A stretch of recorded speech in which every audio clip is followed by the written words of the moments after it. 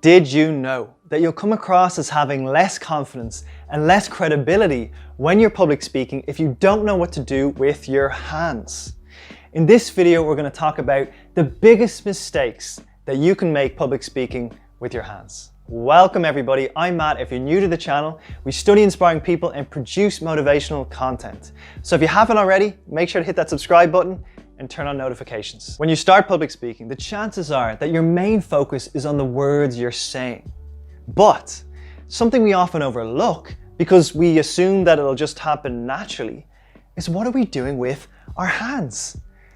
You might have had this experience where you go up on stage at one point and you're suddenly just really aware of them. Where do you put them? And they seem to feel awkward in any different position that you have them.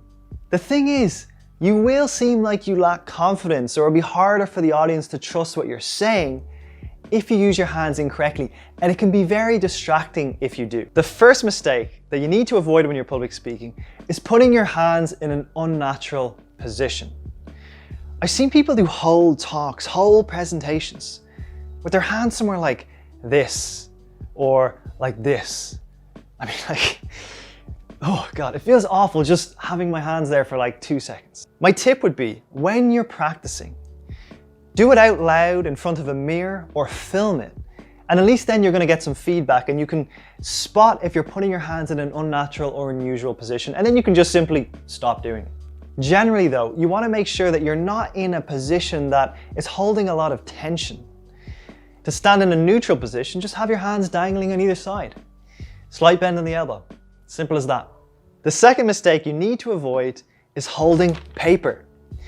Even if you're not nervous, when you're public speaking, if you're holding pages, it can be very distracting and noisy. Now, if you are nervous, it's an even bigger mistake. Usually if you're nervous, your hands shake. And as the hands shake, the pages shake. It becomes really obvious that you're uncomfortable. I remember watching a presentation once with this guy who was very shy and he had trouble speaking in front of big groups. And he was trying so hard to make eye contact with every person in the audience, or every section in the audience, that he was completely unaware that he was clutching some paper really close to his chest and it was shaking furiously. Because the pages were shaking, everyone in the first few rows could see it, and it was just very clear how uncomfortable he was. When public speaking, don't hold pages in your hands. If you need some, put it down on a podium or on a table and just refer to it when you need it. And the third mistake you need to avoid is doing the same hand gestures over and over. Ideally, when you're speaking, your hand gestures are going to be in alignment with what you're saying. But if you keep doing the same one over and over, it can be distracting. And also you're losing out on the opportunity to enhance what you're saying with functional gestures. So for example, if I said, it's really important when you're public speaking to use hand gestures because it's going to enhance what you're saying. Now, at some point you might have actually stopped listening to me altogether there. You just started watching me do this. The reality is it's distracting if you keep doing the same thing. So you have to avoid that.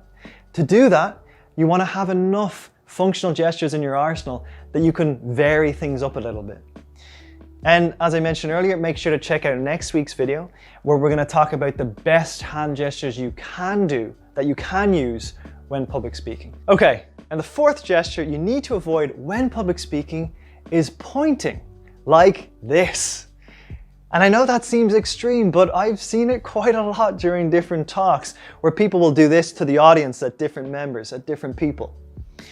Now the thing is, if you do that, it comes across as quite aggressive or like an attack. It's almost like the way your mom might have pointed at you as a kid when you did something wrong. Now, can you still point? Of course you can still point, but I would recommend making a few changes. Instead of coming down fast, do it slower. Instead of using one finger, use your full hand. Instead of the wrist facing down, turn it up.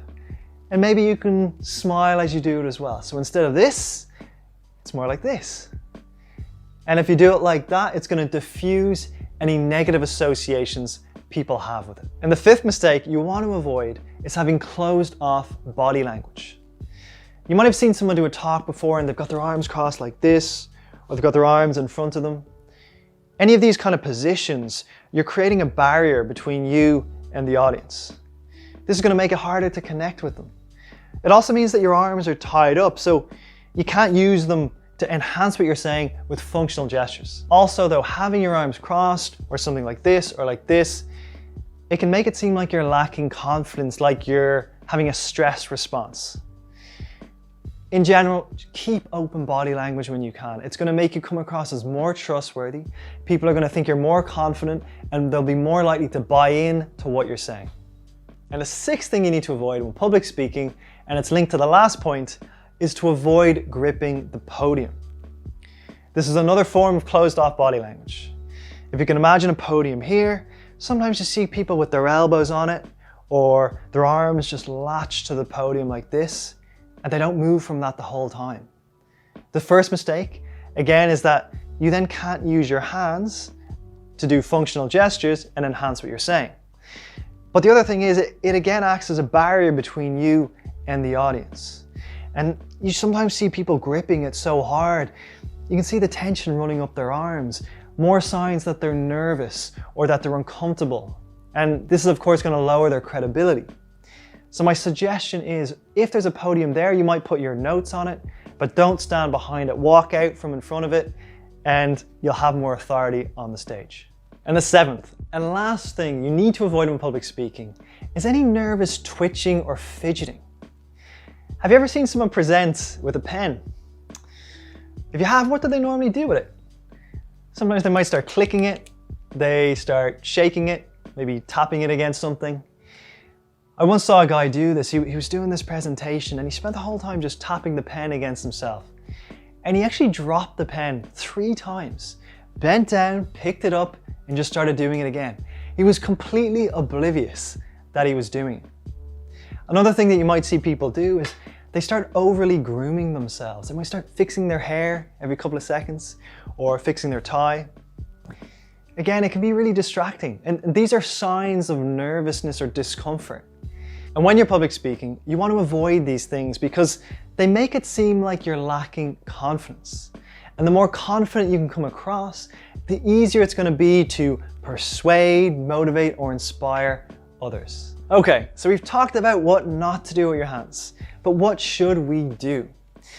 For this, make sure to tune in to next week's video where we're going to talk about some of the best hand gestures that you can start using right away in your public speaking, presenting, or just general communication that will help you become a more engaging speaker who can grab people's attention. I hope you enjoyed the video. If there's any other mistakes that you see presenters or public speakers make with their hands that I haven't mentioned, let me know in the comments below. If you could, hit that subscribe button. I'd really appreciate it. That's it for me today, guys. I'm Matt. See you next time.